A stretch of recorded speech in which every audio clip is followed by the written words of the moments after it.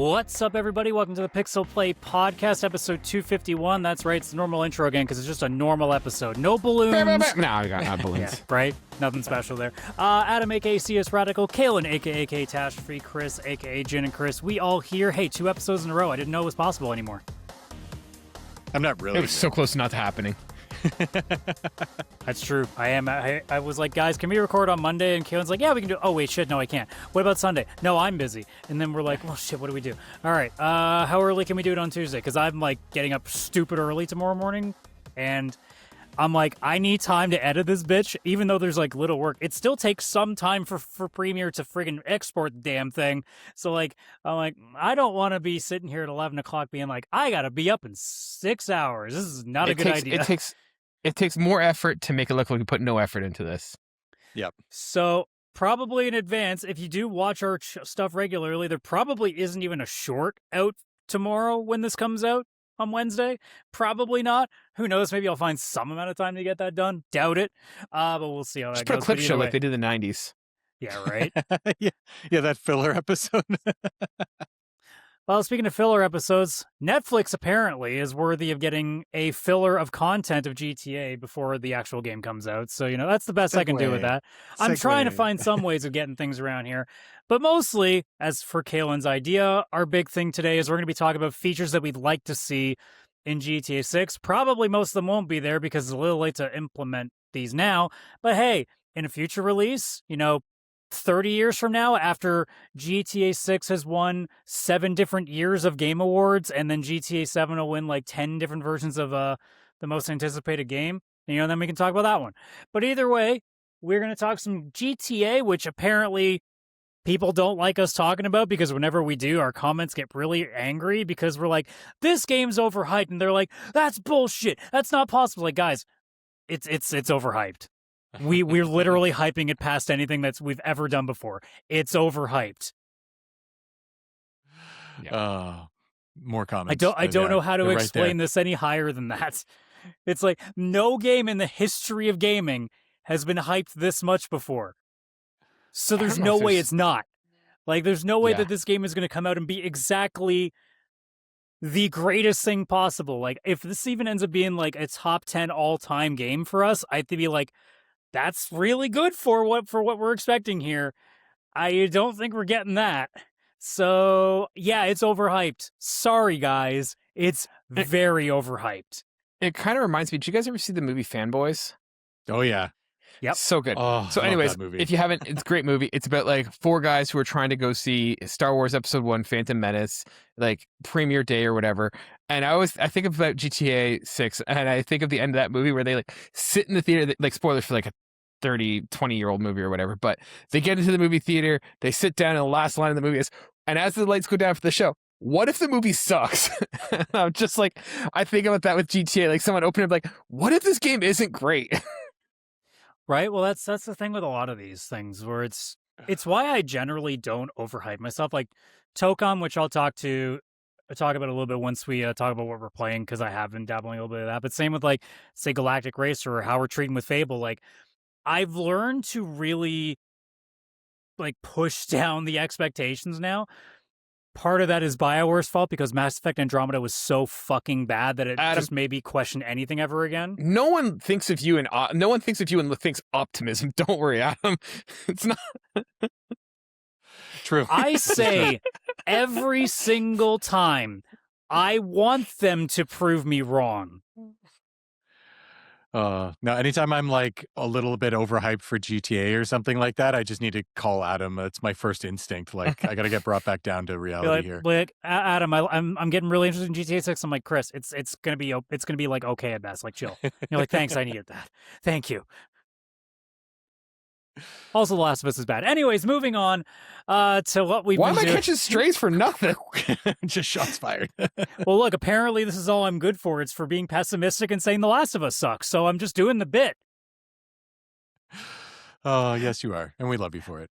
But anyways, let's talk about what we've been playing. I'll start off, just because I already mentioned what I was kind of half playing. I did finish Truck-kun. I did. I was very proud of myself. I was correct. I was about halfway, finished it in about 4 hours total. It continued to be exactly what I said it was, and it never stopped being stupid fun. This is easily like the only thing holding it back. Like I even said, this is going to be a 9 out of 10. The only thing that holds it back is that the milestone in particular that has to do with boosting, like unless I was playing the game wrong the entire time, it was the only thing that I never was doing like gradually. It was always I would hit the boost milestone and I'd have to play 3 runs to achieve that. But by the time I would achieve that, I would have already finished like 2 or 3 more milestones and advanced the story multiple times because I was doing all the other things, like whether it was doing missions or getting stars or like doing all these other things. I was doing all that stuff while trying to get this stupid boost achievement done because it was so like ridiculously high numbered in comparison that I'm like, dude, no, like I'm not tapping the A button the entire game to boost. I'm literally driving and drifting and doing other stuff. But the game's like, but you should have been boosting more. And I'm like, but I wasn't. Like, all right, well, you're going to do this 4 more times, and then you're going to advance the story 5 times in the process. So I literally finished the game before the actual final boss by like finishing the last boost milestone and then across 3 more sets of story cutscenes that I had to go through. And I'm like, wow, you guys really didn't space these out properly at all. So that's like my one complaint. But this game is fucking stupid. Loved it the entire time. And I mean, you guys obviously thought this looked actually relatively good compared to how my taste normally acts. So you know what? Yeah. It definitely achieved what I set out to be on that. And I was very glad that not only did I pick it up because of how stupid the title was and because of how me as a weeb already acts, but it actually ended up being a really good game. So that was a lot of fun. But of course, as I brought out the arcade stick the other day for showing off that, I did dabble into Tokon. I only actually dabbled in the story modes today. Like I actually hadn't touched any single player content. All I was doing was doing all the tutorials and then doing a lot of versus battles to try to find what characters I jive with first. Because originally I was like, I could just power through the story, I'll find out the characters that way. And then I kind of just played a test battle just to get used to the controls a little bit. And then I didn't stop for a bit. I just kept going. I'm like, yeah, no, we're just not going to stop doing what we're doing here. And I know the PC had a lot of issues to start with. It seems like they've patched a good chunk of them out now, although there's still some stuff going on. I know really big member of the fighting community, Maximilian dude, like literally on stream uninstalled the PC game because it was too fucking horrible to play on. Because the problem seems to be that, or I don't know if it's still the same for a lot of people now, but the problem is that people's PCs who couldn't keep up the 60 frame per second, cap that it's trying to achieve, that actually affected people that were getting 60 frame per second on the other side of the online match, and it was actually messing their inputs up. So that was causing a lot of problems in the online. I never played the online, so it never bothered me. I was just playing offline stuff. But I understand why a lot of people are moving on to that. But from my experience, I haven't seen any issues in terms of the stuff I've been doing. Granted, like I said, I haven't been playing the online, so I don't know. But this game, I've never gotten as deep into a fighting game as I have early on here. Because like I said, I barely touched the single-player content so far with the story modes. I've played one of the 5 teams for their chapters and finished that. And they're pretty cool. I like the idea that it mixes between full-length cutscenes, but they'll also have these in-betweens where they kind of just move things around in the storyline, and they're done in like slightly animated comics, and they all have the different artists for each team. So they're actually going to be different comics each time that I play through them. So I really like how they've done that. But like the gameplay itself is what's kicking my ass on it, both in terms of wanting to play it more, but it actually is kicking my ass because it's so much of a combo heavy game, and I'm learning very quickly that my maxes of like 7 to 9 hits a combo, that's not going to cut it. I need to do better. They do have really phenomenal tutorials for learning each individual character. That it does include sections where you can learn a couple of combos, and they get more and more complex as you go. I think it's like 10. It's either 5 or 10. I might be mixing it up. I think it's 10 for those. And the first ones are pretty easy. And then by about the 4th or 5th, they start to get really complicated. I have not finished any single character's full list of 10. I am not very good at those. And I have an arcade stick, so you think I have a better shot at it. Incorrect. I'm still bad at it. But I do like what they've done to make it approachable for newer players too, like myself, who don't play them as much, because you can still do different button combinations for special moves. Like, for example, on a lot of special moves, if you hit the B button along with the other button, let's say it's the right trigger plus B, that will make like a much stronger version of it that does a little bit more damage, but uses some of your meter. But you can also do similar like special attacks that involve that meter by just tapping X or Y multiple times and comboing it. And if you have enough in the meter, the system will automatically do it. So for newer players who are not the type to combo as well or get the multiple button combinations in at the right time, you can literally just hit one button. It'll eventually do it for you if the meter is already set to that. And it is situational too on which button you use that involves which special thing you do at the end. So they've made it like a good mixture of, for newer players, you can do some cool shit. And if you're a mastery of it, you have so many options. Like, I've seen people do these insane combos that actually will clear the entire health bar if they can land them. So it's one of those things where, you know, they've really made it the easy to learn but very difficult to master kind of gameplay, and that I think is what's going to give this game a bit of an edge for a little while in terms of keeping people into it. The Marvel license is going to also help it a lot too. But I do think they found a great formula here. I do think obviously the imagery is phenomenal, as Arc System Works has always done. The voice acting with certain characters is hit and miss. I do think a couple of them are not great. Like, Ghost Rider's is not, like, he's very edgelordy and it doesn't work as well. Noah North as Deadpool, shocking kills it. Steve Bloom as Wolverine, shocking kills it. Like, two mainstays, they got their shit covered, it's fine. Doc Doom, Magic, Danger, a lot of those guys are fantastic. Even the guy, I can't remember his name, but I think it's Josh Keaton who does Tony Stark. Phenomenally well done job. So it's very good in a lot of them. And it goes both ways. Like, there are some that I'll actually, like, I wish I could make certain characters under different English and Japanese, because Carnage's Japanese voice actor is fucking insane. It's so good. But they did a great job in capturing the superhero aspect of it. Everybody looks the way they are. The amount, like, Maximilian Dood did a 45-minute video on all the different, like, references that Deadpool does, and it's still not even all of them.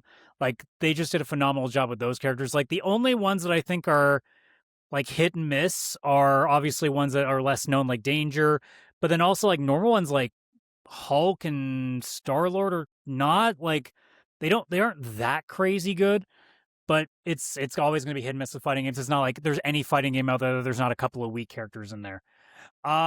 The only honest complaint I really have is it's a 4v4, but it's kind of not. It's only one health bar. Like Dragon Ball, when they did their 3v3, it was 3 guys. So it worked that way.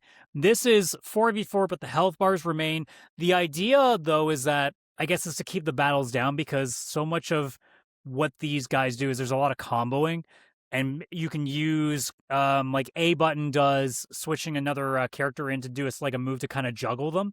So, like, you can use them as like a buffer between your next combo to keep it going. So I think their logic for it is, the way that we've built this thing is, like, there's no way we'd be able to do this with 4 health bars, because unless we make the attack power of everything, like, so much stronger, these battles would never finish in those, like, 100 or 99-second limits that they set for them. So it's the only thing. Like, it doesn't truly feel like 4v4, because especially early on, like, if you're not a huge fighting game master, like, you're probably just playing who you've decided to pick first, and you're probably sticking to them for the most part. The only times I was switching to another character was purely by accident because I hit the wrong button.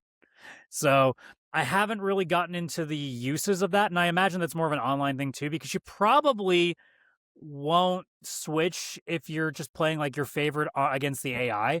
But I imagine, like, especially in esports, I'll be really curious to see how that looks like at like Evo when they do that, on how people switch their characters based on, like, shit, I'm actually not doing well with this character against this guy, so maybe I should pull this one in. So I think that's probably where that's going to come more in handy, but, like, for me personally, it just hasn't been a factor. But for the little bit that I played so far, I'm maybe close to 10 hours in with everything combined. Each of the stories is somewhere between an hour and a half to 2 hours, depending on how difficult you're playing on, because the final boss can be a bit of a pain in the ass. I did have to reduce difficulty to at least pass him.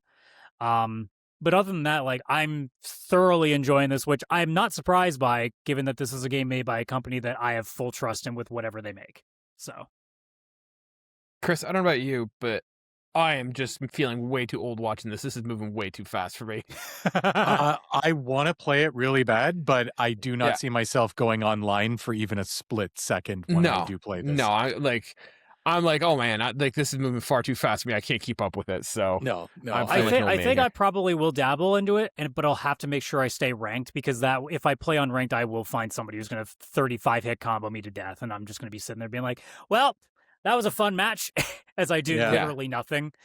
But it's probably something I will actually dabble with. I've never really played fighting games online, but this one is just, it's attached to me enough that I think I might actually dabble a little bit in this one. And again, like, because the MCU has been such a big part of my life for the last like 10 to 15 years, it's kind of making it very easy to get into. I've always been like a Marvel guy. Midnight Suns was such a big thing for me too. So seeing people like Magic and Blade and all these guys coming in here like adds to that.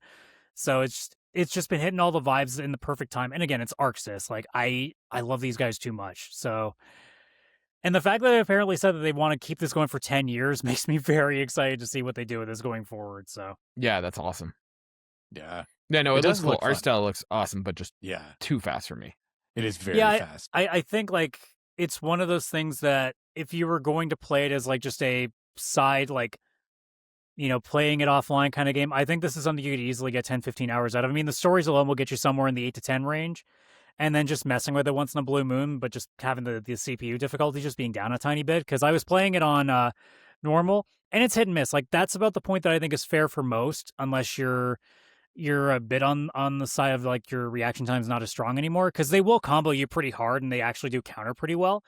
Moving it down one level really makes it to the point that it's like, okay, you should be able to handle this. You might have like one round where you might get caught off guard a little bit, but you can pretty much handle it from there on. So they've definitely got it so that it's not like it's going to royally kick your ass. Just don't play on ranked online and you should probably be fine. I think for me, like one of the issues that I have with fighting games as a genre is that unless you have like a group of friends that you play with, you either have to play online competitively and keep up with the metas and like stay on top of it, or you play it casually with your friends. But the problem is you own the game, you play the game, you unlock all the characters, and now it's not fun playing with your friends because they have no idea what you're doing and you're the one that's like just dominating them. So for me, that's always been my barrier for me with getting into fighting games, but that's just my experience. I mean, I wouldn't know what that feeling is because anytime I've ever played any fighting game with friends, most of the time I'm like not that great. I remember being a big Soul Calibur 2 guy, and then finally started playing with friends, and I'm like, oh, I'm fucking terrible at this game. Yeah. Okay. That's me with every single fighting game I've ever played.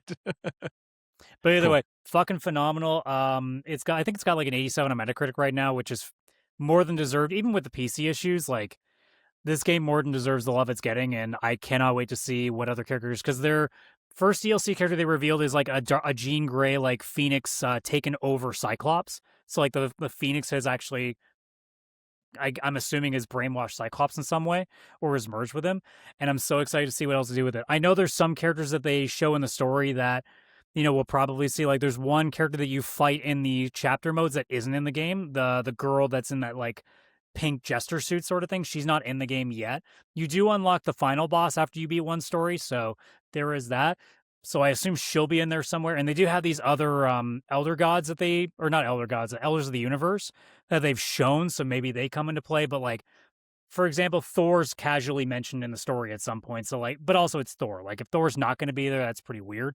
But I do love the fact that like, if they do, like, let's say they're doing teams every DLC drop, it'd be pretty interesting to see, like, if they're doing, like, even if it was 1 a year, but it's probably going to be something more akin to, like, 2 per year, because you could easily get a team of 4 together every, like, 6 months.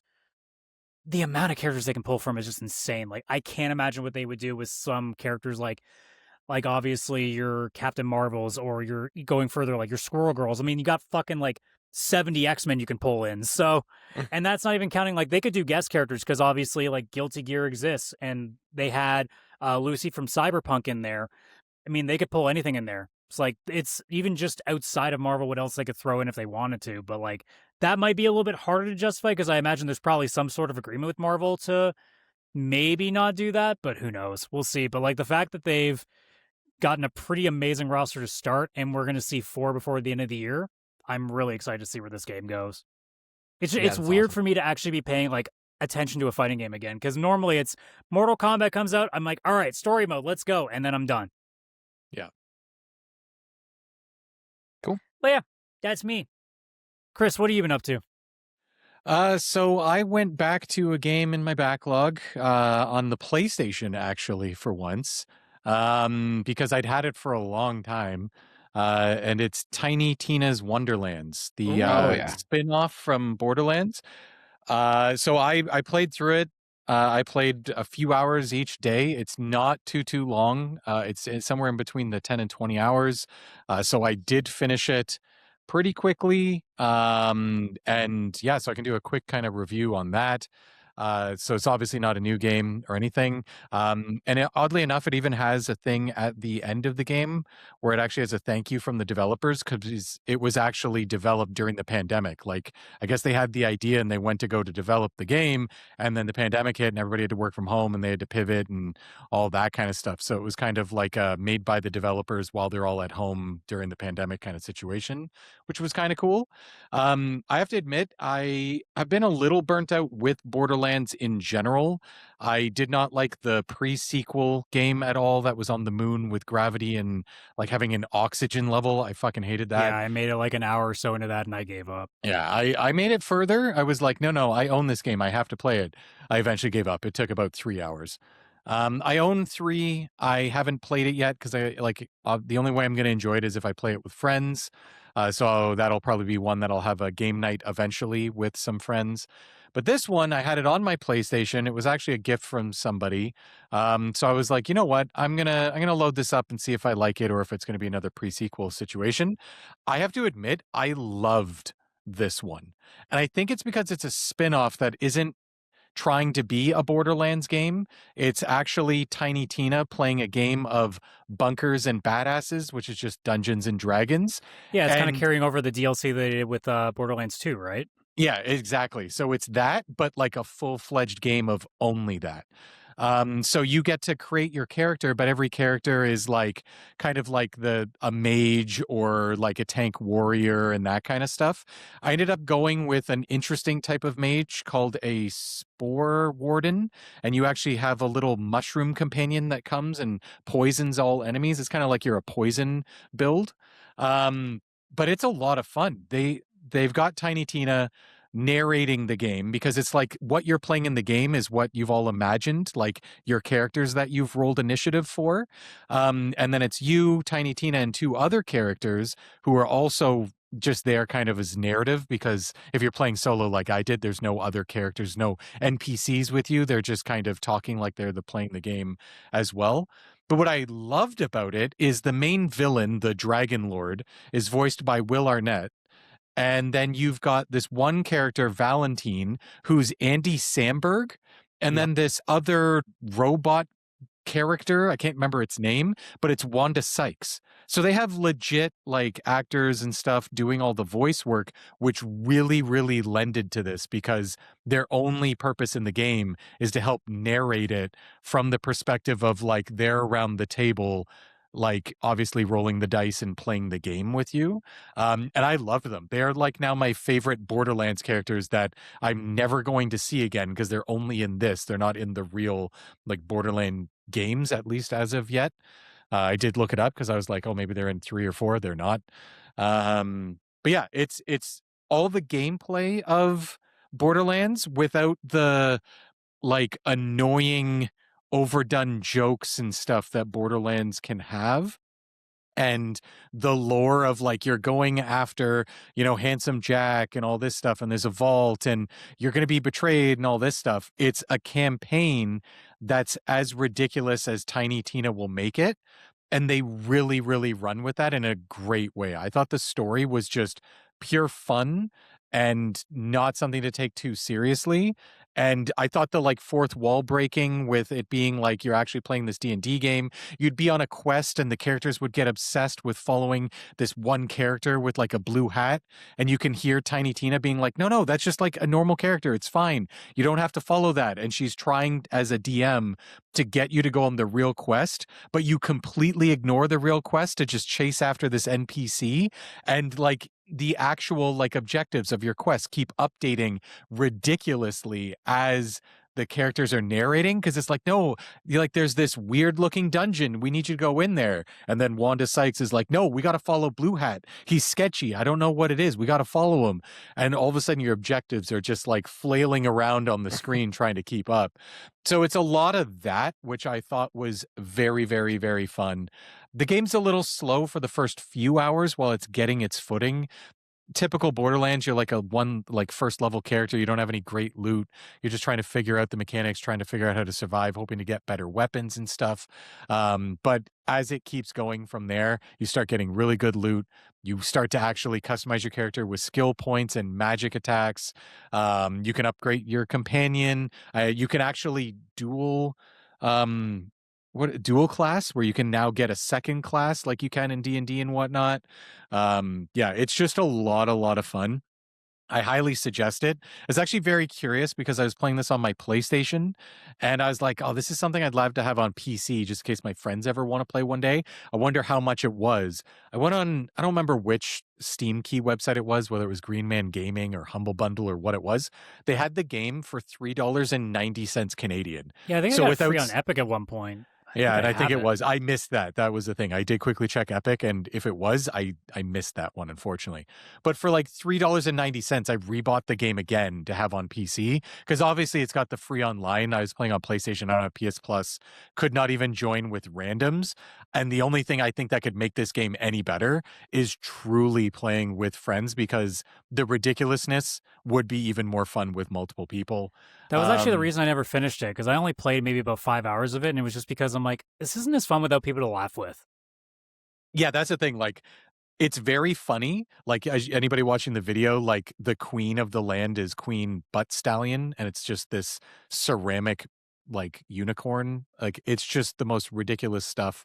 But yeah, like the jokes when you're laughing alone don't hit as hard as when you have other friends that you're playing through the story with. But honestly, I thought, Adam, kind of like you, where the first few hours it was hard a little bit to get into. I'm not gonna lie, I actually tried to get into this before, only made it a few hours and got distracted by something else, so I had to start a brand new game. But it was somewhere around the 4 or 5 hours that I actually went into it really hard. I actually have this game too, and I booted it up at one point, and I didn't get past the first beginning, and I dropped out. But you're convincing me to get back into it. Yeah, it is one of those games, which is sucks, because I hate saying that for certain games, because this game's only 15 to 20 hours, maybe, but it's probably around 20 hours. And the first 3 to 5 hours is like, you need to kind of get through it before the game actually gets like better, or just more interesting. The jokes hit harder. The story actually gets better. Yeah, it did hit afterwards. So I do suggest it for people.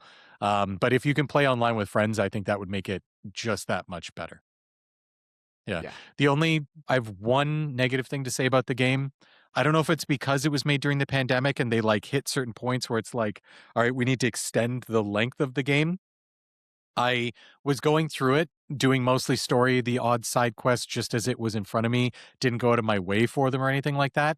And all of a sudden, I went to go to a next area where the next story mission was, and it told me that I was about 3 or 4 levels too low for the area. You can still go, and I did, but you die very easily and very quickly.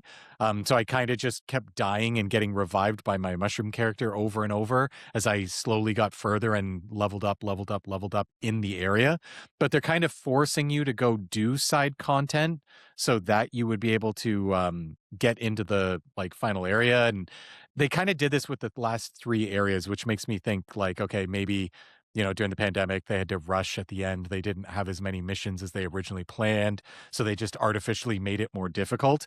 When I got to the final boss, he was level 32 and I was level 26. And I was not doing okay. I had to literally leave the final area and just focus on side content. Got myself to level 30. It only took like an hour or 2, but I had to go do that and then go and attempt the final boss. And I got it on like my first or second try. So it is one of those things where you may hit that wall, but if you're doing the side content, you probably wouldn't notice it. I was just like avoiding a lot of it because I just wanted to do the story and get through it. So that's my only one negative I'd say about it. You're convincing me to go boot up Tiny Tina's Wonderland on my PS5. Yeah. definitely. And one other interesting thing, because I fell into this, performance mode. I was like, the game looks so ugly. Like, why does it look so bad? So I was like, screw it. I guess I'll have to do quality mode. Quality mode is at 60 FPS, which is not normally the quality mode. I thought performance mode was 60 FPS. No, performance mode is like 120 FPS or something. So it didn't explain it or anything. So that's another thing. If you go to performance mode and you're like, why does this look 720p and really blurry? Go to quality mode. It's 60 FPS. You're fine. Yeah, I don't know why it's like that. So Interesting. yeah. All right, Kaylan, how was Mina? We're going from Tina to Mina. Tina to Mina. Yeah. Yeah. So I finished Mina the Hollower. Absolutely fantastic game. All my praise, all my high opinion of it still holds up at the end of the game. This game, my friends, is a perfect game in almost every way. This feels like Legend of Zelda. It feels like a retro throwback to those, top-down adventure games that we played in like the 90s and in the 2000s, with some quality of life and some updates to, modern sensibilities that we have. Overall, yeah, this game is absolutely perfect. It is a game where you're playing as Mina, the Hollower. You're going around and you have to go and restore 8 power generators that are used to kind of power the world, but may present more problems for the world than initially thought. So it's got a cool story, nothing amazing in the sense of like groundbreaking, but definitely fun and drives the plot. Combat feels great. Artistically, it looks really cool. Varied worlds, it like has that classical feel. Like there's a snow level and there's a desert level and a water level and everything, so it hits all those like traditional tropes, but the game is absolutely fantastic. I enjoyed every moment of it. There was not a moment where I was like, I don't want to play this. I didn't feel like I had to rush towards the end. Yeah, it's absolutely perfect. I think there's some points where it's a little bit challenging, but overall, don't be dissuaded by people saying like, "Oh, it's Dark Souls the game." It's not. It's got some challenge in like an old school game perspective, but it is not punishing or overwhelming. There was never a point where I lost all my points or all my bones, which is what they use as like the currency. So it's not. It's difficult at times, but it's never excruciatingly punishing. I felt it was well balanced, and I think that they do a really good job that if you do have an issue with this, that you can go ahead and you can change some of the characteristics of the game. So if you want to take no fall damage, you can have no fall damage. If you want the boss to have take double the damage, you could do that. If you want to take half damage, you could do that. So it's very accessible in terms of what it allows you to do. And there's also aspects that if you find it not challenging enough, there's ways that you can make it that you only get a certain amount of life, or you only get a certain amount of refills of your vials, which give you energy. So it's very accessible and customizable based on how easy or how difficult you want this to be. I went in with the idea that I was going to put on some modifiers. That was what initially got me to buy it, is that I was like, I want to play this, but I don't want to commit to a difficult game. I did not need to put on modifiers until about at the very last boss. The last boss was when I put on my first modifiers just to give myself more health and give him less health, and I just made it a little bit easier. You do lose out on some of the trophies, I believe, if you do that, or at least some of the features in the game. But I was at the end of the game and I didn't really care. But for the most part, I did not need to have any of those benefits on there to kind of change the gameplay. So I fully recommend this game. The only gripes I have, and I kind of mentioned them before, I think for one, I think there's an issue in that there's areas like here where you take fall damage, but there's nowhere for you to get more energy to kind of refill your life. So I think that's one mistake in the game, is that like it can be punishing in that way, that you can die and not have a way to refill your health potions because there's nowhere to refill them by attacking enemies. That's one gripe. And the only other gripe I have, and you can kind of see it here, is that you as the character can only attack in 4 quadrants. You can attack above you, below you, then left and right. However, there are a lot of enemies in this game that can attack you from kind of like a 360 perspective. So they'll come in, bottom right, bottom left, bottom or top right. And you don't have that same luxury. You can only kind of attack from 4 different areas. And I think that's a slight issue, not something that takes away from the game, but just kind of one of those, I would have Not sure how you could have done it differently, but that was just one of the things that I was like, oh, it's a little annoying. Overall, though, I fully recommend this game. If you are interested in it at all, if it's piqued your interest a little bit, I can't speak highly enough about it. This is definitely going to be one of the contenders for Game of the Year for me for 2026. So yeah, totally recommend it. And the price is good. I think I paid something like 30 or 40 bucks Canadian, so super affordable. Beat it in about maybe 20 hours or so, so it's not super long. Lots to explore. It's a fun game if you want to go explore and find all the hints and secrets. It's got that classic game aspect where you can kind of go and find it and get lost and find some secrets hidden throughout the game and collect all the items and stuff. It's honestly fantastic, guys. I can't speak highly enough. This game for me is a 10 out of 10. Dang. Yeah, Nice. I want this badly. I Yeah. really want to play it. I'm just trying to not buy games right now. We'll see how long it lasts. Yeah. Oh, Well, I mean, but we yeah, know it's- at minimum it's going to last until Galactic Racer comes out, but Yeah. yeah, we know Yeah. at least the worst case cutoff. Yeah. So it's interesting because like I was not sure what to do, like go in because I know Adam, you initially when you were playing it, you weren't super keen on it. Didn't say it was bad, but you weren't super into it. But I got so sucked into this game, like I would play it every night when I was done, like being responsible. And there's different trinkets that you can collect that then modify how you play the game. So for example, in this situation, you're fighting a guy who smells bad. And if you beat him, you get a little trinket that when you take damage, or when you kill enemies, you get a fly. So you can have up to 4 flies that kind of circle around you and deal damage. So like there's that aspect of you get rewarded for searching for secrets and hidden things that then can make you stronger, give you more control, give you more, abilities. And so yeah, it's a fun game. Fully recommend it.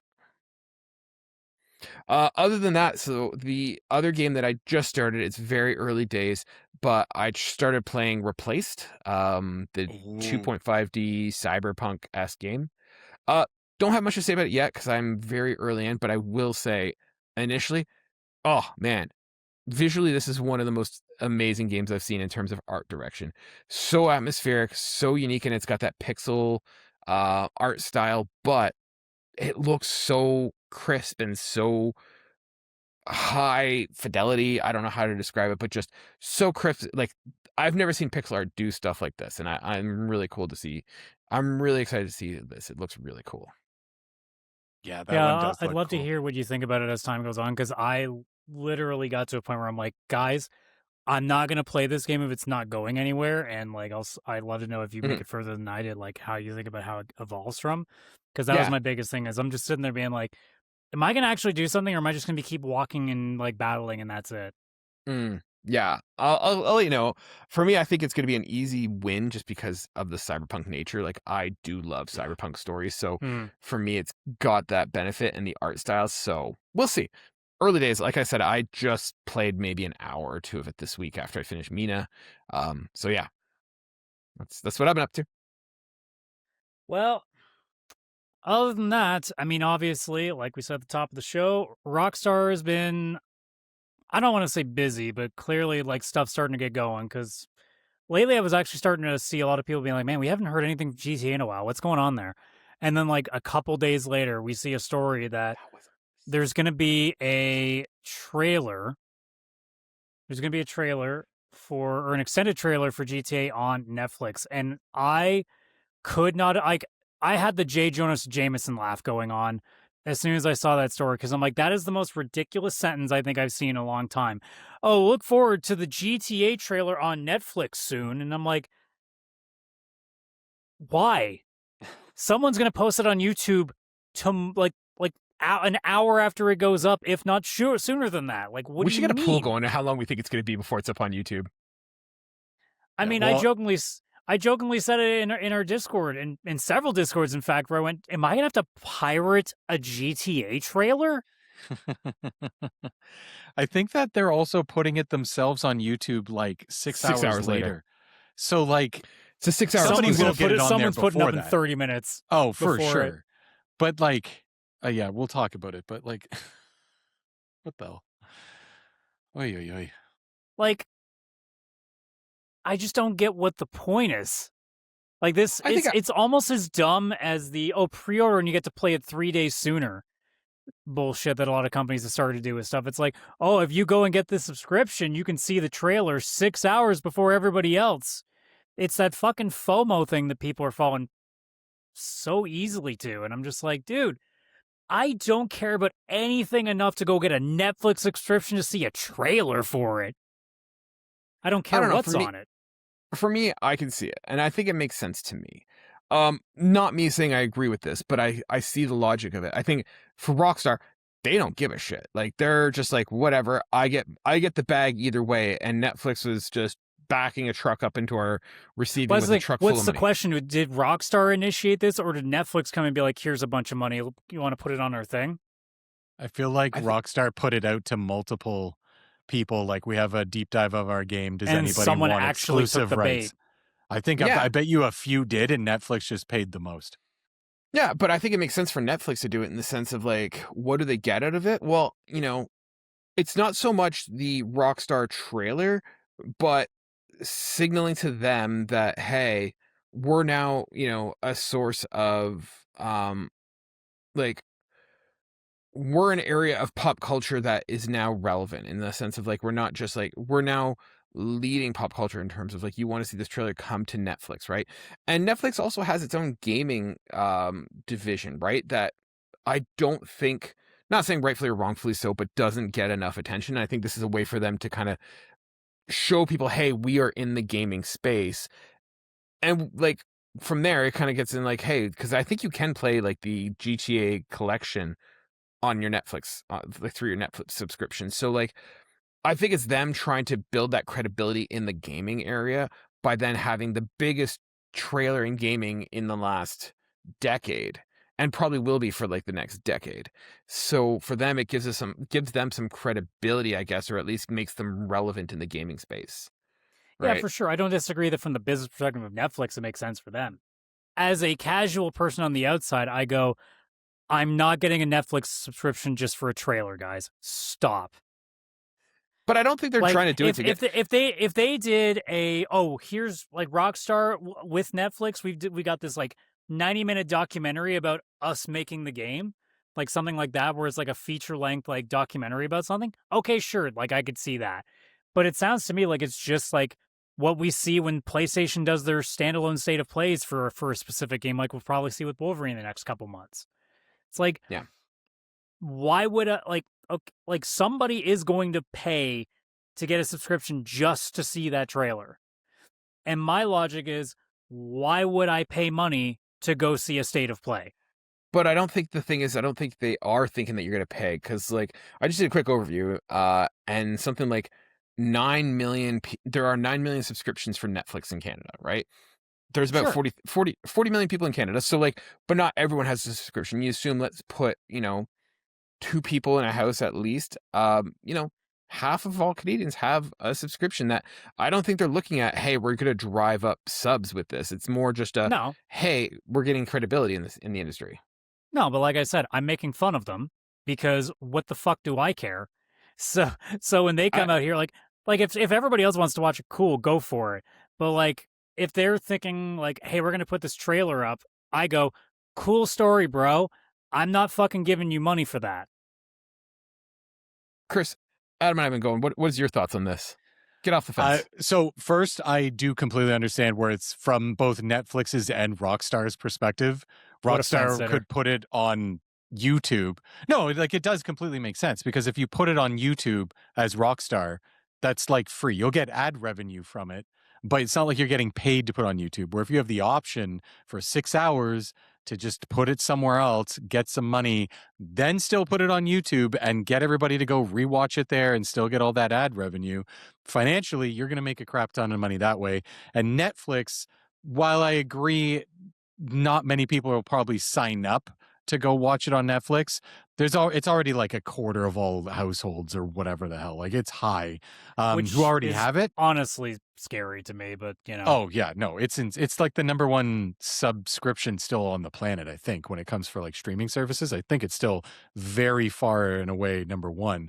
I think that what Netflix is more hoping is a lot of people who haven't logged into their Netflix for a while may actually just log in. There's a lot of people that are still paying and maybe turn it on once a month to go watch like a documentary on in the background while they're actually on their phone on the couch doing something completely different. But this will actually bring some engagement to the platform, and re-engage the people that are already subscribed for another reason to be subscribed, because not only do you have these documentaries you can leave on in the background while you're looking at your phone, but we do have a gaming division, and look, we're going to be putting gaming content on the streaming service. So there's another reason to keep your Netflix subscription. That's kind of the way I see it, on why it makes sense for Netflix to do it.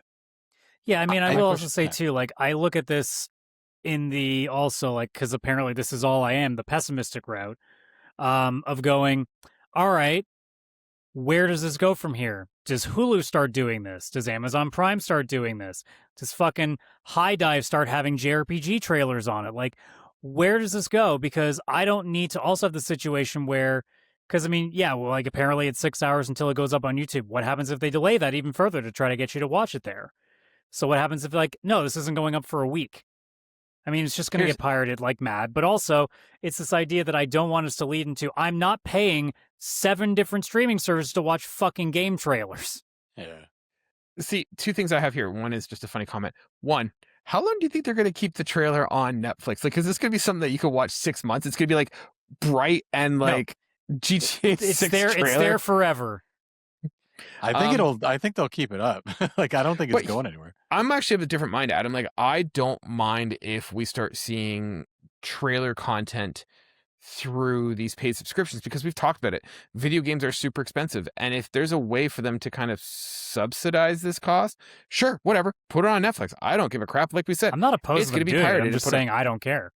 You No, know? but I'm saying it's a great idea in the sense like, hey, if you're subsidizing your costs and you're getting millions of dollars for doing this, I don't think anyone else can do this because it's GTA. But hey, like if you can subsidize it a little bit, cool. My thing though with this is just the overall, the way that GTA 6 has kind of been brought out.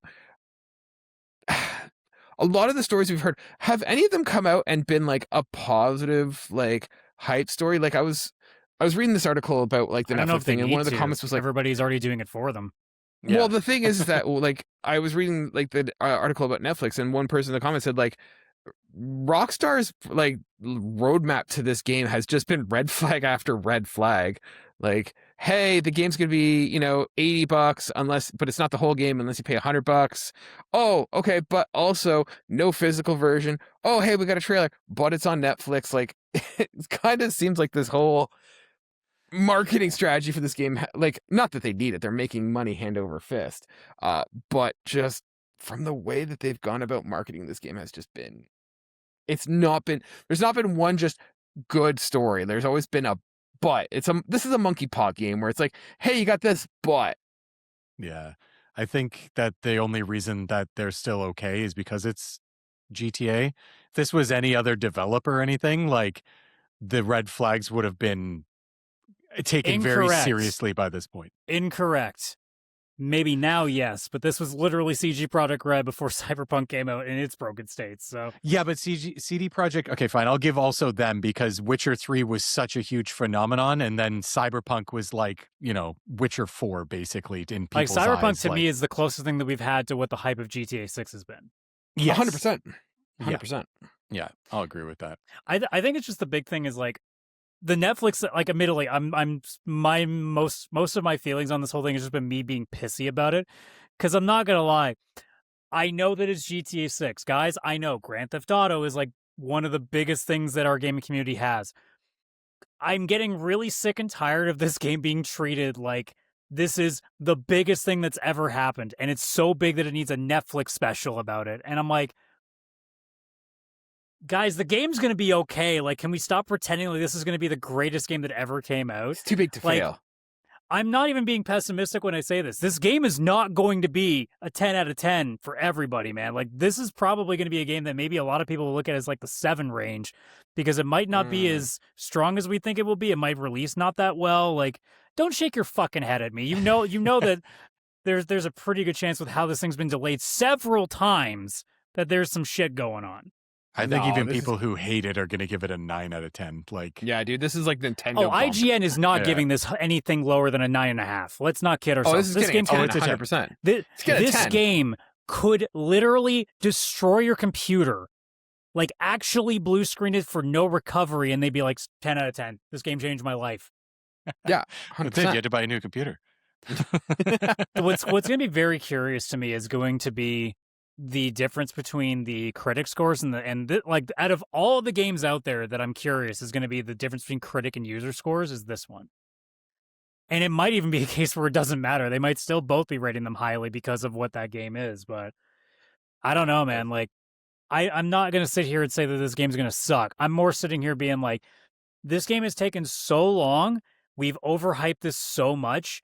And like Kaylan said earlier, there's been so many stories about the process of this thing getting made that my brain's like, this game's either going to come out and be game of the year without question, or it's going to be here and we're going to be like, we waited this long for that?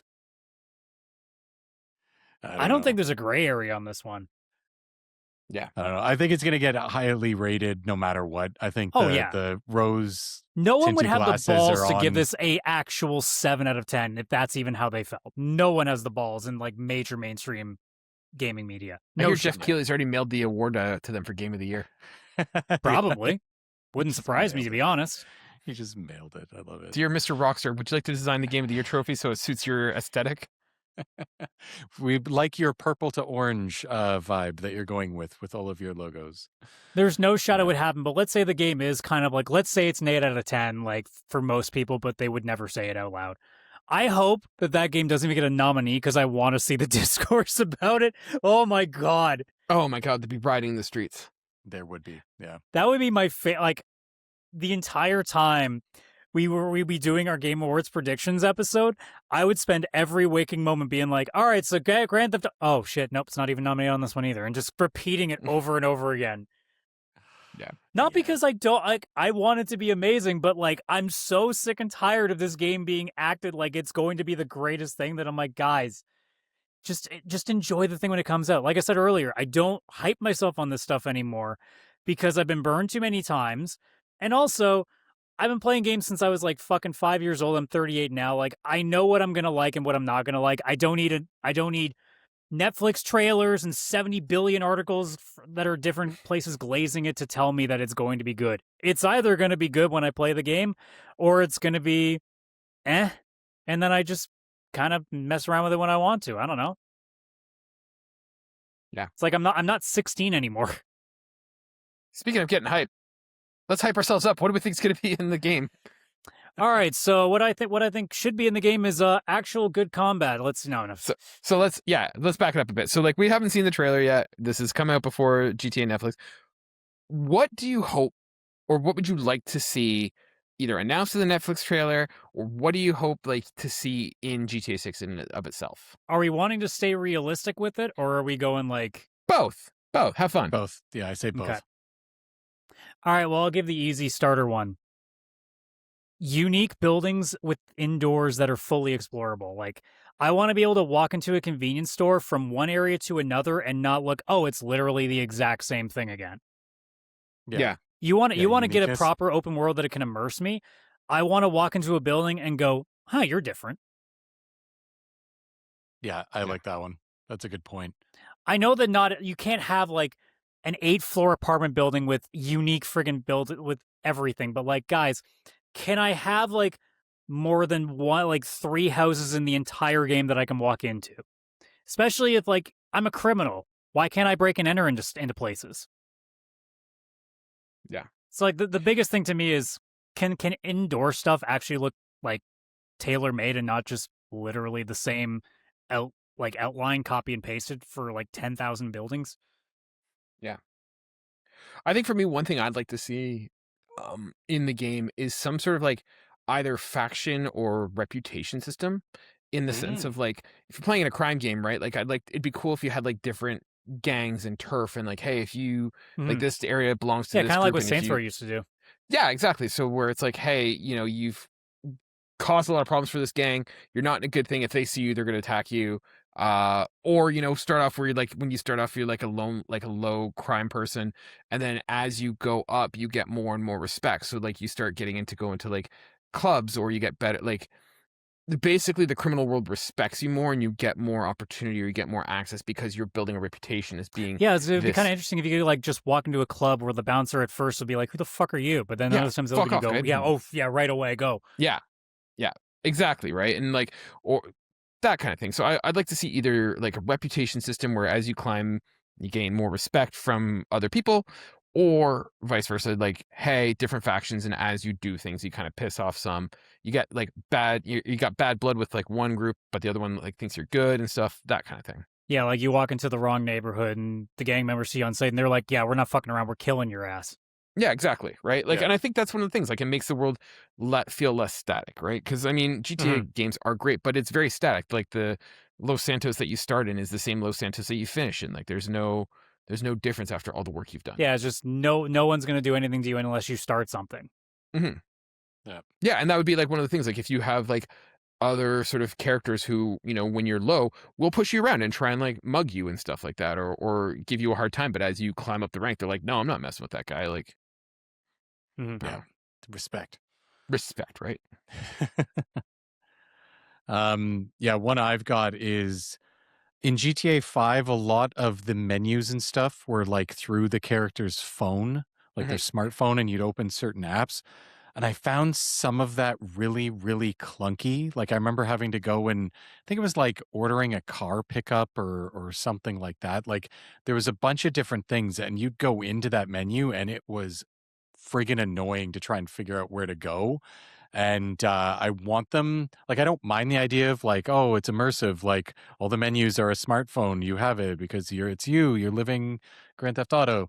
But I just hope they kind of like refine that menu and still just like make it a lot more intuitive and a lot more easy to use, more like a video game menu than like trying to simulate an app that's annoying to try and figure out how to just purchase a car or pick up or order an Uber or whatever you're doing in the game. Yeah, I really want them to fix that. Mm-hmm. Yeah. So carrying on from what Kaylan said with the gang stuff, like I want this world to be more reactive to what you are, not what you did in the moment. And the biggest thing to me is still, I don't understand the wanted level system as it still is. The biggest thing is, if I get 1 star, why am I being hunted down like I'm a serial killer? And then at 5 stars, the military's on me? That's not a thing. So, or like the fighter jets and shit. This is how I would set the system up.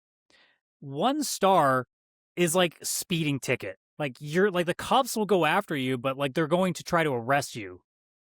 It's not until you kill somebody that it should start to. It's like the wanted level shouldn't just be based off of how much you've done. It should be what you've done. Like if you assault somebody, you shouldn't be getting shot in the street for it. But if you're a murderer, then we start picking things, especially the second you murder a cop, they 100% shoot back. 100%, no question. But like my logic would be that the crime should dictate the star level and the star level should dictate the action against you. 1 star should be like them trying to arrest you. And I think that things like, I don't know if they go as far as like what Mafia does with like speeding and stuff. I think that might be too far in that direction. Yeah. But like great example to me is 1 star is they will come after you. And if anything, they'll like try to like use tasers and shit, like less like non-lethal options. Like why is there no rubber pellet guns? Like instead of full-on bullets, right? And then the flip side is I don't want 5 star to be the military is sending like fucking weapons of mass destruction on your ass. It should be like how Red Dead did the bounty hunter system, where the CIA is sending you as like you're America's most wanted and trying to take your ass down. So quietly, someone's like maybe a sniper's up on the roof trying to go after you, or somebody is just blending in public and then suddenly turns around and tries to stab you from like quietly take you up from behind or something, or catch you in an alleyway. Like that to me would be much cooler of like, because to me, like they're not setting a tank for a single person. It's just not a thing. Like unless you're playing like free roam and like it's just being silly, like okay, fine, like have some fun with it, but like especially in story missions, that shouldn't be a thing. It should just be like the most extreme thing should be you're on America's Most Wanted list. You're being hunted down by like silent killers and fucking that shit like that. Well, what I think would be kind of like, I want to take that idea and kind of run with it a little bit more, but maybe what it is like region based and heat, right? So like you've got different Mm-hmm. sections of the map, and so like, hey, if you're 1 star in this area, they're gonna look for you here, but if you're not in their district, they're not gonna look for you. And then as you go up to the point, like, hey, you're now 2, like them and the surrounding districts will look for you, all the way to 5, being like, hey, you are now America's Most Wanted. Every cop in the area is looking for you and will hunt you down, right? And it slowly like decreases as you don't commit crime, right? Like as you lay low.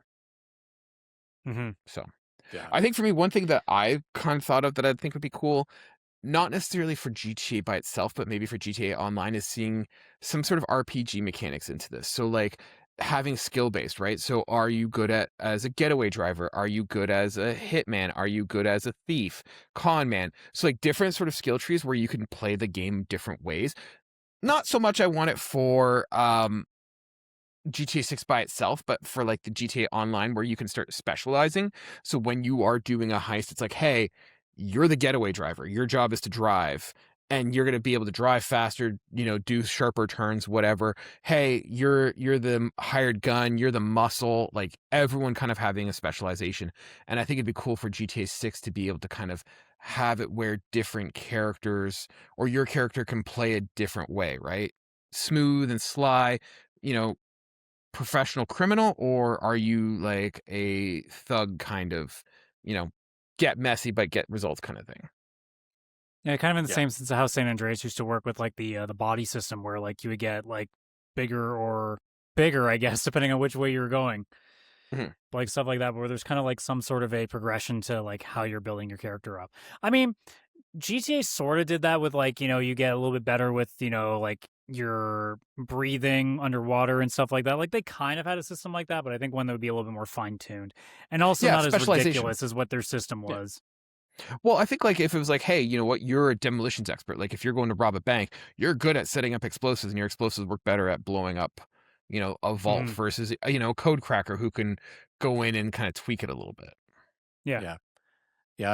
I kind of going off of what Kaylan's saying. It's kind of like a class system, like where it's like, oh, okay, I'm building up skills in my demolitions class, and in certain missions that you do in GTA Online, it's like, all right, you need like 2 demolitions experts, 1 safe cracker, and 1 driver or something like that, and like you kind of get people to fill those roles, and specialize in those classes for certain missions. I think that'd be really, really cool. And the reason I was thinking about pretty much the same thing, Kayla, is because in GTA 5, at least on the modding PC side of things, I think. There's a lot of people who've been just like role playing in GTA Online and creating their own things. There's somebody that's created like an entire taxi service, and that's all they do is like run this taxi service in GTA Online for everybody else. They're not doing anything wrong. They're actually running like a legitimate business or something. So having that like ability to actually really role play a type of character versus just all around, like criminal, I think is really cool. Yeah. I'm gonna quickly add on to something I said earlier with the wand level stuff. The other thing that I also wanted to mention with that is it should not be as stupid as it is to try to dodge a wanted level. Like especially early, like having to hide in a bush and still the cops can somehow find you, even though there's no way that they know where you are. Like little things like that, I think that needs to be dealt with. But that's just a quick thing. The next big one I could think of is, and you guys tell me if you think this is something you want to see. This is where I think it might get like some people might be a little off about it because of the way that they've traditionally always played GTA games. I want there to be a realistic system of like what weapons you can carry at any time, because the fact that you can carry like 7 assault rifles, like 14 pistols, 70 shotguns, like 2 different rocket launchers, like I think that's where it gets a little bit silly to me. I think there should be like maybe in the online mode you kind of relax on that a little bit, but like in the single player story mode you shouldn't be carrying more than a pistol at most of the time. And then if you're carrying an assault rifle or something, it's something you have to like specifically have in your hands the entire time, which means you're going to be very obviously walking around with a pretty big weapon. I think that makes sense in Florida. Like, I wouldn't be surprised seeing someone walk around with like a giant machine gun on their back. Well, what I mean is like you shouldn't be walking around with 10 different guns somehow, even though there's no way you'd be Yeah. able to carry that all at the same time. Yeah, like you can have like a primary and a secondary, maybe like, I don't know, grenades or whatever that class would be. Yeah, like I mean, for first person shooters for the most part have already dealt with that. yeah. I don't know. I think for me, like, it's more fun having that arsenal, especially like it's hard because like we're talking a lot of stuff that like makes it more a dynamic game, but it makes it less of that arcadey chaos of Grand Theft Auto. I like the idea. I think maybe what it is like you can have guns on you, but like the trunk of your car can have like a stash of guns or something like that. Like, Yeah. Like my Yeah. thing is, I would be open to the idea of like even in free roam in the single player that you can have whatever you want, but like the second that you're in a story mission that it locks like the weapons cap to like let's say 2, and then maybe like a throwable or something. Like so Yeah. like a melee, maybe 2 up to 3 weapons and then a throwable. Maybe it goes back to the idea we were talking about, like the wanted levels and stuff. And like, if you are packed up looking like Neo from the Matrix, you're gonna get a lot more cops looking at you suspiciously. Whereas if you're walking Yeah. around with just like 1 or 2 guns, yeah, you're probably not gonna be giving us like no one's gonna bat an eye at you. Yeah. Yeah, that's true. Yeah. It's in the same way that like there should be an expectation that, well, if you're gonna go rob a bank, you're gonna friggin' have to try to, you know, not carry 10 different weapons at the same time if you're gonna cross through a metal detector. That's maybe not the best idea. So like there's certain things like that I think I like to be a little bit more aware of, but that's more of a smaller thing that I think I wouldn't necessarily be that upset if it wasn't a thing, but it's something I think it'd be kind of cool if it's implemented in the right way. Yeah. The last thing for me that I want to see is just more of is I want to see more heists in the game. Because I think if I remember, like GTA 3 or GTA 5 only had like what 3 big Like heists in the story or in the in the online story or... in the campaign Yeah, mode yeah. where there's like 3 main heists where you go and do it, and then the rest of it's just kind of like prep work or like random crap and stuff. And those levels are good, but like the heists were my favorite thing. And like I want to be a criminal, and I want to do, you know, I want to do like cool heist Ocean's 11 style crimes and stuff. And I hope that we see more of that in this game. Yeah, like even beyond that, to kind of add to it, I was gonna say like I want to see like more realistic crime activity as well that you can do. Like I want to be able to like home invade. I want to be able to like lockpick stuff or maybe zip tie people to try to keep them from escaping or anything. Like all these little things on the side too that kind of like in the in betweens of story missions that I would like to see in there too. But like obviously more of the heist, you know, in the long term. But like I also want even just in the free roam for me to do a little bit more that isn't just walk up to somebody and pull the trigger every single time. Yeah, you know what? I think that's a really good point. I like more dynamic stuff to do outside in the open world other than just murder. Yeah. This episode's gonna be clipped so weird, and we're gonna sound like weirdos. We're gonna end up like we're gonna raise some flags. As if it hasn't been the case since like the 1970s when they were talking about D&D players as being some satanic fucking ritualists. So No, but like I was just listening to you talk, and you're like, I want to be able to burglarize and kidnap and zip tie people. I'm like, yes, I do. This is gonna get clipped. Well, in the a way meantime, that I also could- want to take a bunch of people down to my basement and chain them up and... Jeez. Yeah, I just want in to GTA 6. in GTA 6. Yeah, I want to do like diamond heists and stuff. Like I know that one specifically was in 5, but like I want like a lot of that kind of stuff. Like I want like the movie Heat. I want to be the movie Heat.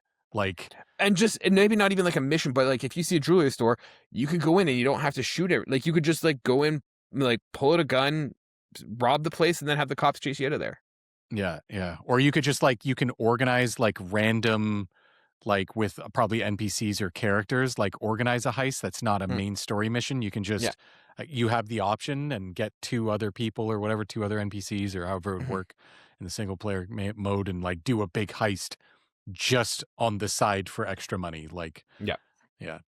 Well, the reason I want them to do more stuff like being able to do home invasions and more robbing options, stuff like that, is because I want money to matter in this game. Yes, that's exactly what I mean.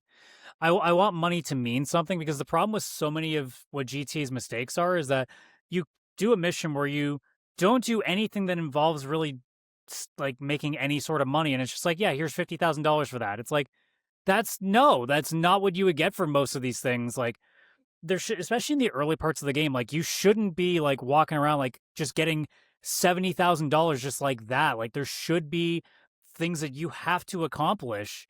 Like as Kaylan said earlier with the respect stuff, like you should be starting out low. Like you should be going into like jewelry stores, breaking things and stealing like a handful of like diamond necklaces and stuff, or walking out with that, or breaking into some rich guy's house and like grabbing like a painting, or like getting like a really expensive like just jewelry box from there or something and walking out with that and like slowly achieving your wealth that way, so that by the time the end of the game comes around where you're living in the big McMansion and you have like over 7 digits to your name, that there's a reason for that, and it's not just, oh, you just played 10 missions and by then you accrued like $300,000 because reasons.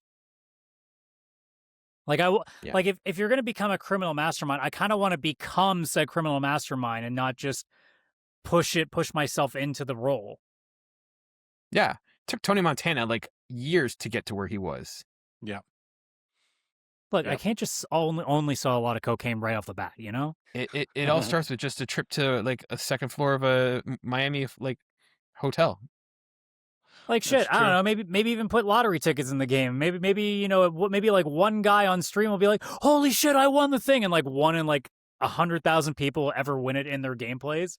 Like I don't know. Like money should mean something. Like especially with the online services. I mean, I know obviously with the way that everything got inflated with shark cards and stuff that it's kind of hard to do in the later games. But like I shouldn't be looking around at like some rant, like any car in the display case and going, wow, I got to spend $300,000 on this fucking shitty looking dune buggy.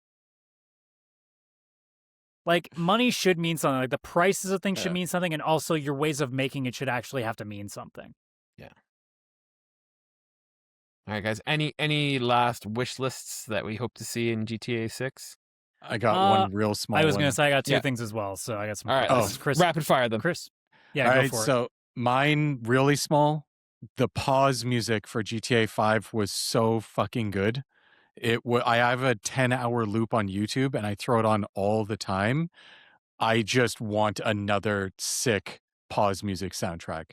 I know it sounds stupid. It's just it used to be such a thing in games. Even back in like NES days, or like take GoldenEye on N64, like just these legendary awesome pause musics. The GTA 5 one was like this ambiance, hence why I can throw it on for a 10-hour video. I just want another one of those. I know it's small. I know it sounds stupid, but yeah, I want it. Oh, but even to add on to that, like I want to be able to make a custom radio station since we use our phones with Spotify and stuff. You can still have your radio stations, no problem. But there should also be a phone option where you can take songs from all the different stations, throw it on your phone, and there's your playlist. Yeah. I like that. So that's that. The two I actually had is number one, the obvious one is just I want to see more realistic NPCs in terms of both numbers of where they are and also the behavior that they do. I don't just want to see them literally just walking aimlessly and doing nothing. Like I want to see, like, if you go to the beach, I want to see people actually tanning. I want to see people actually playing in the water. I want to see people like out and about fishing. Like I want things to look like there's people actually doing stuff. The other part is I want the numbers to make sense. Like I don't want to be out in like some weird ass like neighborhood where it's definitely like not that many people living there and it looks like there's 30 people at all times walking around it. But if I'm in a busy part of the downtown core, I should be seeing a lot of people there. I should be seeing people in a bus shelter waiting to get on the bus. Like I want things to look like what an actual city would look like. That's probably not going to be easy to pull it off, but if anybody's going to be able to do it in any game, it's going to be Rockstar for the newest GTA. So that's the other. The one final one is I don't give a shit if it's going to piss off all the anti-woke motherfuckers out there. I want all clothing options for both characters. I don't care what it is. If it's goddamn Florida, if this guy wants to walk around in a fucking like goddamn America with the stars and stripes bikini top and fucking Daisy Dukes, by God, he should be allowed to do that, hairy chest and all. It's America. Nice. Hairy chest and all. I love it, but I do agree.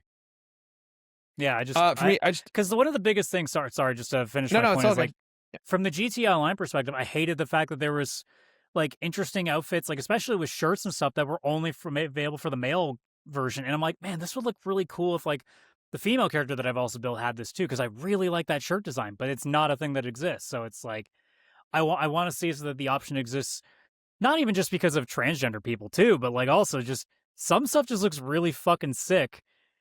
But I don't want it to be gender locked, you know? Yeah. For me, two things that I just want to throw in there. I want to fight a gator at some point. I'm in Florida. I better be fighting a gator, and I want to be able to ride around in a flat bottom airboat. That's the two things I want to do. I want to be able to throw somebody in the lake to get gatored. Yeah. Oh, that'd be a cool finishing kind of move. Yeah. I mean, you could do it in Red Dead, so clearly it must be available in this one. And there has to be a Florida man in this game. There will be multiple Florida men in this game. You are Florida man in this game. Yeah, you are. Yeah, I was And gonna Florida say woman. Florida couple. Yeah. And then, because I'm assuming they haven't revealed too much of the voice cast, I want one really, really funny cameo from like some like celebrity. They're like, "What the hell are you doing here?" You know who they need to have in there? I know who they have to have. Did you guys ever watch Cloud9? No. Yes. Yeah, the boyfriend needs to be there. Like, what's his face? Oh, You know what I'm talking about? Like the deadbeat, like... Yeah, the deadbeat. Yeah, what? Oh, I can't remember. Oh, what's his name? Oh, okay, I'm going to look it up. Oh, He that's needs to gonna be in bother that game. Like, he is perfect for it. I don't know. Let me see. Cloud9 cameo. I'll find it. Boyfriend. He's hilarious. He's like an actual comedian. He's really good. Okay. Google's not helping me with that. Not sure. But like in the same way, like Bo. Burt Reynolds was Bo, randomly Cheyenne's in partner. Vice City. Yeah. But like Burt Reynolds being in Vice City, like I want something of that level. Was just like, what the fuck is this person doing here? Yeah. Like if Betty White, with God rest her soul, if she'd still been alive, that would have been the perfect thing. That But would like, have what been the the fuck is perfect. Betty White doing in this game? And like, Here's I the mean, thing. like full facial scan and all. Like, I want somebody in there to be like, what the hell are they doing in here? Here's a quick thing, guys. We're gonna take over under on bets on this. Do we see a Disney Mickey Mouse inspired like part of this game? Yeah. I was like gonna a say theme park. Yeah, there just has like to be. some mascot character, like some Rat World kind of. Yeah. Yeah, I think there Over, has to be under? because it's like the theme park part of the world. Like there's Universal, there's Disney. I put gotta be the odds at something. 25%. I'm not 50-50. I'm like at 25%. That's I say there's a 75% chance. Yeah, that I think there's Disney a very World. high chance of there being You're gonna fight. like You're gonna fight someone in a mascot for sure. a Disney Well, I mean, you're gonna World fight or someone in a something. mascot. I'm just not convinced it's gonna be like a Disney. No, ripoff. like there's a Disney World reference. Like the way the satirical nature of GTA, there is going to be a Disney Yeah, World there's gonna be Yeah. something. esque. Yeah, I think there'll be a lot of references to Florida. I feel there'll be a I'm more interested politician. in the It'll shots be will like take similar to how like they took shots at Facebook in the fifth game. Yeah. So oh Yeah. yeah. Yeah. They'll be like I don't know what's the senator from Florida, like Ron DeSantis or whatever. Yeah, like I feel DeSantis, like yeah. there'll be a Don McBantis. Like I feel like they're just gonna have so many Yeah. references to real life things in Wasn't Florida. Mar-a-Lago's gonna be in it wasn't somehow. the family name? Wasn't Michael's family name DeSantis from GTA 5? Maybe. It's been a long time. I do No, not. it was. I just checked. It was DeSanta. Damn, that was close enough. so. Close enough not to get close- sued. That's yeah, like that's close the thing. only Maybe counts in it's horseshoes and hand grenades. Monsoon. Yeah, there we Yeah, go. We they'll need have, like, a Jesse theme park, Ventura. like That's Turtle what we Toms. need. Yeah, That's what we Jesse- fucking need in GTA 6. Jesse Ventura. uh, Also, yeah. can we have a radio station where it's just J.K. Simmons again, just like it was in Spider-Man? yeah. I can see Because I can You see, know, like, oh Tiger my King god, reference. you know there must be an Alex Jones talk radio station on this one. Oh, there has to 100%. be. Yeah, that J.K. would be Simmons another needs one. to do it. And J.K. Simmons would be perfect to do it. Yeah. Either that, or they just get what's the guy that's running Infowars now? What's the guy's name? Alex Jones, he's out. No, the guy that's now running it since they took it over, like the Onion guy. The Onion. Oh, Yeah, I Oh don't my know. god, what's Alex Jones impersonator? I'm just throwing this out there. Tim Tiger King Heidecker. was also located in Florida. Oh, there 100% Tiger will be one. Oh, there's- reference. We There's gotta get gonna Tiger be- King. Yeah, that will But yeah, somehow. I'm play hoping in. Rockstar got some sort of idea to call like Tim Heidecker and be like, "Hey, do you want to like literally just come in the booth and record like a fucking 2 hours worth of radio station stuff for Adam, this shit?" you know how you were saying we need to have a guy like show up randomly? Joe Exotic needs to be in this game. Just get him to call in from prison. I'm talking like a celebrity that we actually like. Okay, I'm sorry, how dare you? Joe Exotic is a national treasure. so That's important we the keep him. one. Yeah. Nick Cage. Nick Cage would be. Yeah, he would fit. No, Yeah. Nick Cage. No, you're thinking old Nick Cage. That was desperate Nick Cage. Yeah, No, man, Nick Cage in some sort of like minor role in this game. That's what I fucking need. honestly, Even if I it's just hope as himself. Honestly, Nick Cage is Nick Cage just in Florida, just being like, "Yeah, I'm here on vacation between roles." I hope it's like someone completely random, like Dick Van Dyke or some shit. Just like a 100-year-old celebrity that's so like cookie cutter and like everything, and all of a sudden he's just like. I mean, running a Mel heist Brooks or still some has to shit. sell Spaceballs. That's true. Mel Brooks would be a good one. Yeah. See, Nice. now we're cooking with gas. We'll There have we to are. see. Yeah. On Netflix, of course. On Netflix. On We'll all Netflix. tune in. Yeah, no, guys, I'm not streaming Netflix live when the thing comes out. I'm not doing that. No. You No, have to wait I'd have 6 to hours. check Well, if I even have Netflix. I'd have to check with my wife. I have don't use Netflix. it. I have Netflix. I'll spoil it for you guys. Nice. I Okay. might. I don't use it, but maybe it'll be the first time I log into Netflix if I don't feel like show me how waiting you use 6 the hours. Netflix. Where's the disk drive for the Netflix? Where do I put in? Well, if this is Yeah. your first time listening to us, well, we appreciate you too. But hey, you guys know the drill. If you're watching here on YouTube, like the video, subscribe to the channel, make that algorithm flow. If you're listening on any audio platform like Spotify, Apple Music, Google Podcasts, all that stuff, if you can give us a rating, please do so there.